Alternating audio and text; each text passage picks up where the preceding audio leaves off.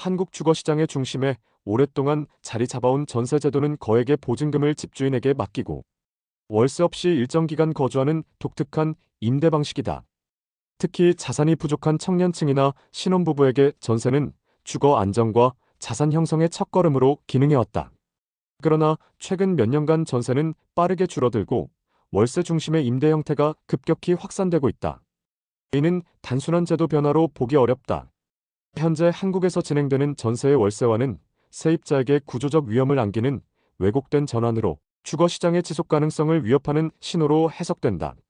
본 글에서는 전세의 월세화 현상, 그로 인한 문제점, 그리고 이를 해결하기 위한 정책적 대안을 분석한다. 전세의 월세화 현상과 반전세 구조. 전세에서 월세로의 전환은 주로 반전세라는 형태로 나타난다. 반전세는 기존 전세처럼 고액의 보증금을 유지하거나 소폭 낮추고 여기에 매달 일정한 월세를 추가로 요구하는 하이브리드 임대 방식이다.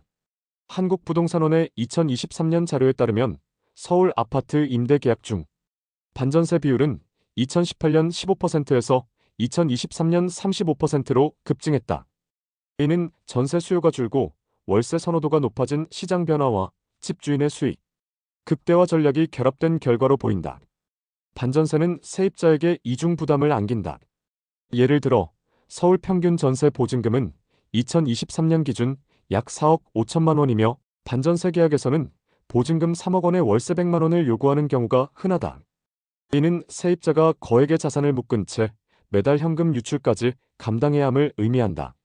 한국은행의 2023년 가계금융복지조사에 따르면 가구 평균 금융자산은 약 1억 2천만 원으로 청년층 2030대에서는 3천만 원 수준에 불과하다. 이처럼 자산이 부족한 세입자에게 반전세는 주거비 부담을 가중시키며 저축은 물론 생존 자체를 위협한다. 국제 비교와 한국의 구조적 왜곡. 한국의 반전세 구조는 국제적으로도 이례적이다. 대부분 선진국에서는 월세 중심의 임대 시장이 정착되어 있지만 세입자 보호를 최우선으로 설계한다. 예를 들어 미국에서는 보증금이 월세의 12개월분으로 제한되며 캘리포니아주는 2020년 주거법 개정을 통해 보증금 상한선을 월세 2개월분으로 명시했다. 영국은 보증금이 월세 5주분을 초과하지 않도록 2019년 테넌트법으로 규제하며 독일은 보증금을 월세 3개월분 이하로 제한한다.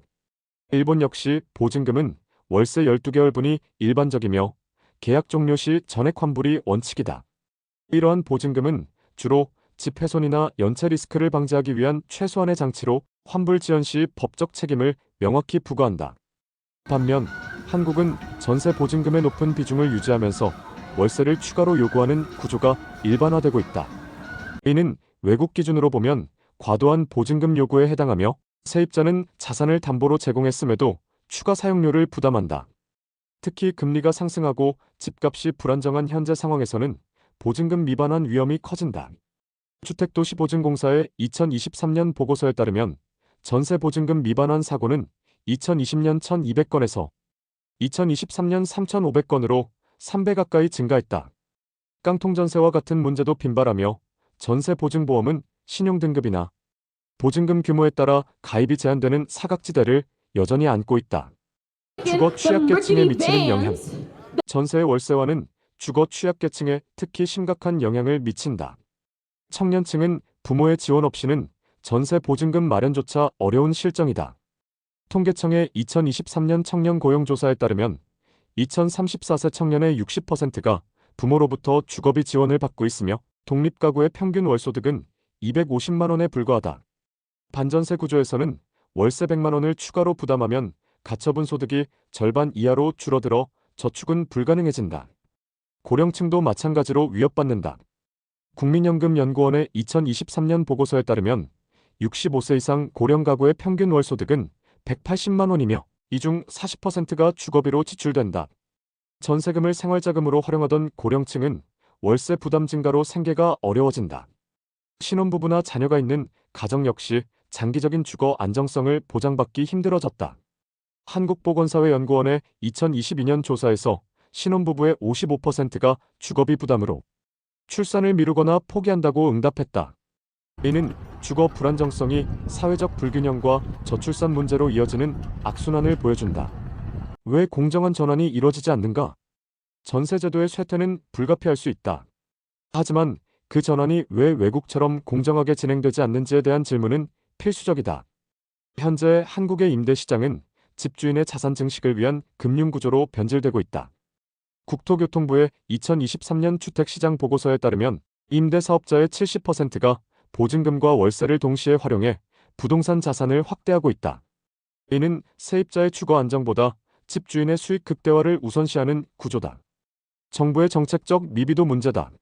전세보증금 반환보증보험은 가입률이 2023년 기준 45%에 불과하며 저신용 세입자는 가입이 제한된다. 또한 보증금 상한선이나 월세 전환율에 대한 규제가 없어 집주인이 임대 조건을 일방적으로 설정할 수 있다. 이는 세입자의 협상력을 약화시키고 시장의 불균형을 심화시킨다. 정책적 대안. 한국 주거시장의 구조적 위험을 완화하려면 다음과 같은 정책적 대안이 필요하다. 보증금과 월세 상한제 도입. 전세 보증금은 월세 3개월분 이하로 제한하고 보증금에 비례한 월세 전환율에 상한을 설정해야 한다. 예를 들어 보증금 1억 원당 월세 50만 원 이하로 규제하면 세입자의 이중 부담을 줄일 수 있다.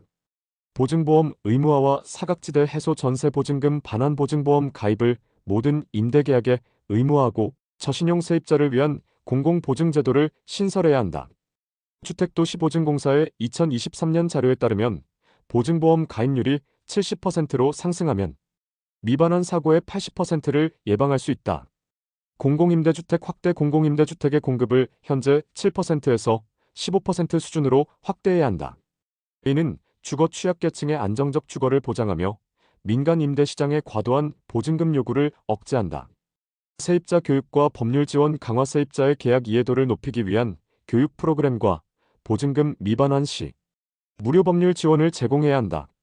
이는 세입자의 권리 보호를 강화하고 불공정 계약을 줄이는 데 기여한다. 전세의 월세화는 그 자체로 문제는 아니다.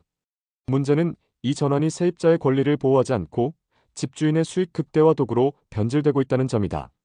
한국 주거시장은 세입자에게 과도한 보증금과 월세 부담을 지우는 구조적 왜곡을 안고 있으며 이는 주거 취약계층의 생존을 위협하고 사회적 불균형을 심화시킨다.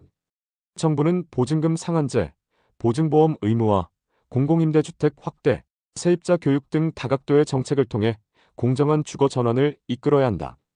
이러한 기준이 정립되지 않는다면 한국 사회는 주거 불안정과 양극화의 늪에 더욱 깊이 빠질 것이다.